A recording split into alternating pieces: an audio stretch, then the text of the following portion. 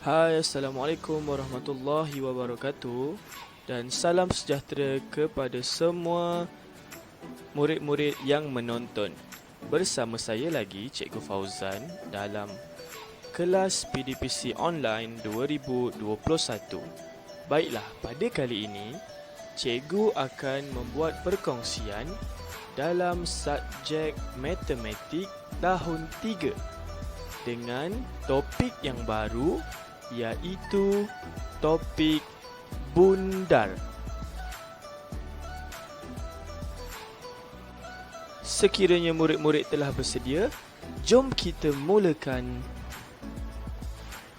Baiklah murid-murid, seperti biasa, sepanjang video ini dimainkan, cikgu berharap murid-murid dapat membuka sekali buku teks matematik jilid 1 tahun 3 untuk memastikan segala perbincangan kita ini murid-murid dapat rujuk. Sebab macam mana sekalipun, jadikan buku teks sebagai sumber rujukan utama. Okey, baik. Jadi untuk buku teks, rujukan dalam buku teks, tajuk bundar, murid-murid boleh membuka pada halaman 17 dan seterusnya lah. Okay, topik bundar akan bermula pada halaman 17.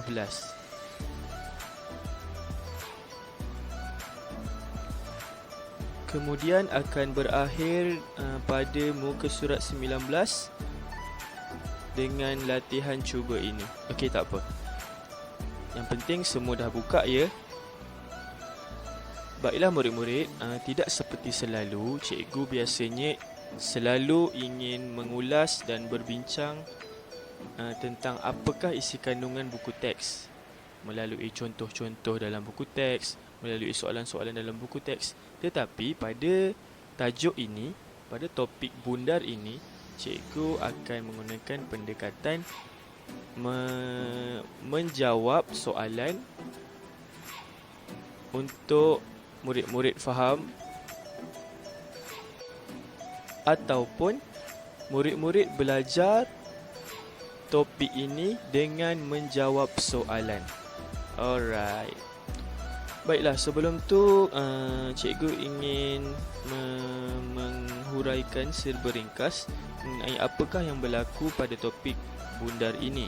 Okay, sekiranya murid-murid lihat soalannya berkisarkan begini: bundarkan 1362 kepada puluh terdekat, dan pada akhirnya jawapannya adalah 1362 dibundarkan kepada puluh terdekat menjadi 1360, dan gambar rajah bukit menjadi rujukan murid-murid tentang bagaimana ingin membundarkan 1362. Jadi itulah gambaran awalnya. Jadi sepanjang topik ini kita akan membincangkan macam mana ingin menjawab soalan menggunakan gambar rajah yang cikgu akan tunjukkan nanti. Jom kita mulakan. Untuk memahami konsep bundar dan untuk menjawab soalan bundar dengan tepat, murid-murid perlu memahami konsep segitiga yang cikgu akan cuba sampaikan. Tengok segitiga ni betul-betul. Kita ada nombor 1, 2, 3, 4 yang mana ianya berwarna merah. Sekiranya nombor pada soalan berada pada nombor 1, 2, 3 dan 4, itu bermaksud nombor tersebut akan mengalami pengurangan. Nombor tersebut akan berkurang. Manakala sekiranya nombor tersebut adalah 5, 6, 7, 8 dan 9, itu bermaksud nombor tersebut akan mengalami penambahan ataupun ianya akan bertambah. Cikgu bagi contoh.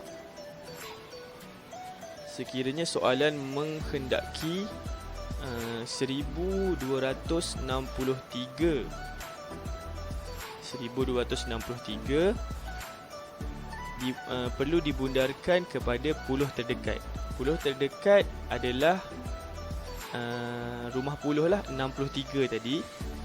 63, 3 berada pada zon merah dan pastinya ia akan berkurang.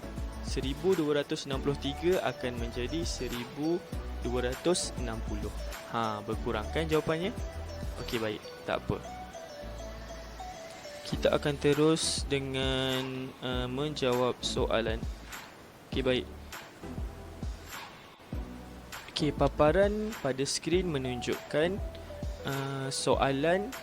Kita andaikan soalan 1740 dan soalan inginkan murid-murid membundarkan nombor tersebut 1740 kepada ratus terdekat.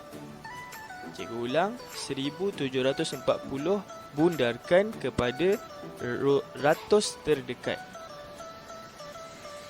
Caranya adalah murid-murid perlu mengenal pasti rumah ratus pada nombor tersebut dan rumah ratus pada nombor tersebut adalah angka 7. Angka 7. Setelah mengenal pasti rumah ratus, murid-murid perlu mengenal pasti nombor apakah yang berada di sebelahnya. Okey, maaf, sebelum tu kita perlu menulis rumah ratus.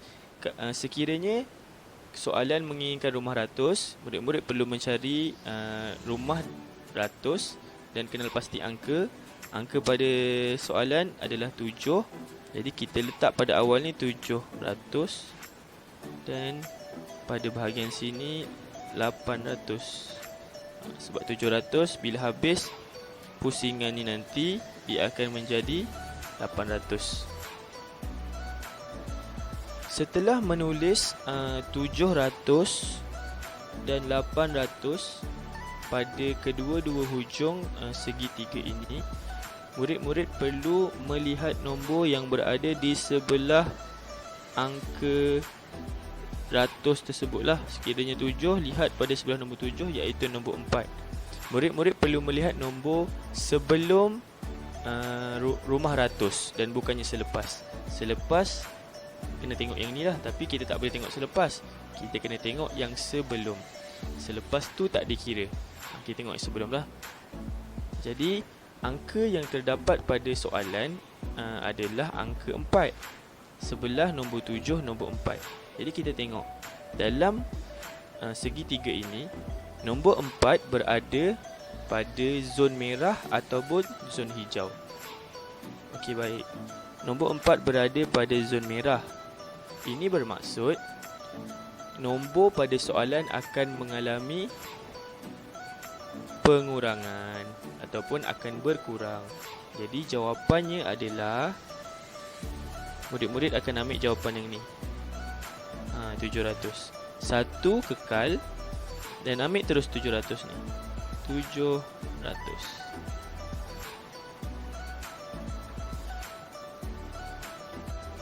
Kita cuba pergi kepada soalan yang seterusnya iaitu 5947 dan murid-murid perlu bundarkan nombor ini kepada juga ratus yang terdekat. Okey, maaf, 5947 bundarkan kepada puluh yang terdekat. Okey, puluh. Okey, macam kita buat awal-awal tadi, mula-mula kita kena kenal pasti angka mana yang rumah puluh. Ya, angka 4. Angka 4 rumah puluh.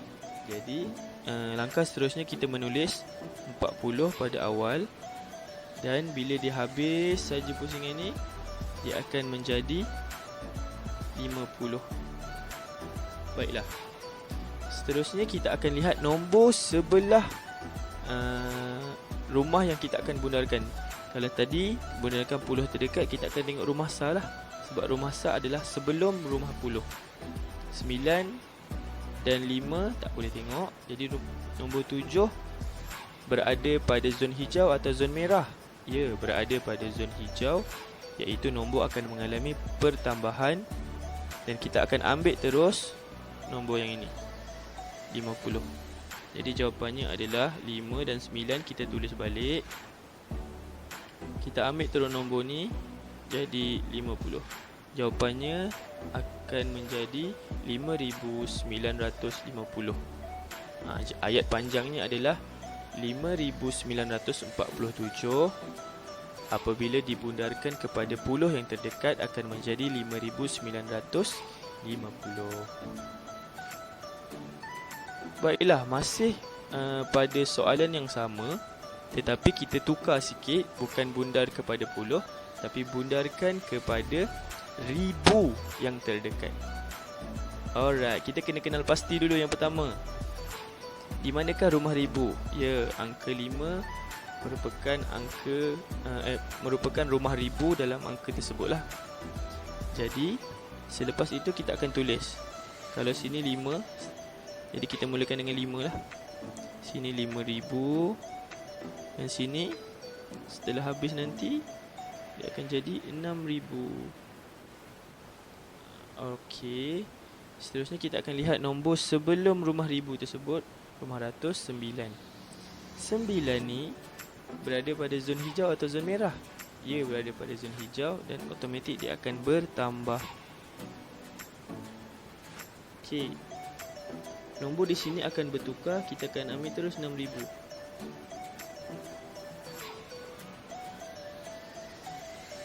Ini kerana nilai yang rumah yang dibundarkan adalah rumah ribu.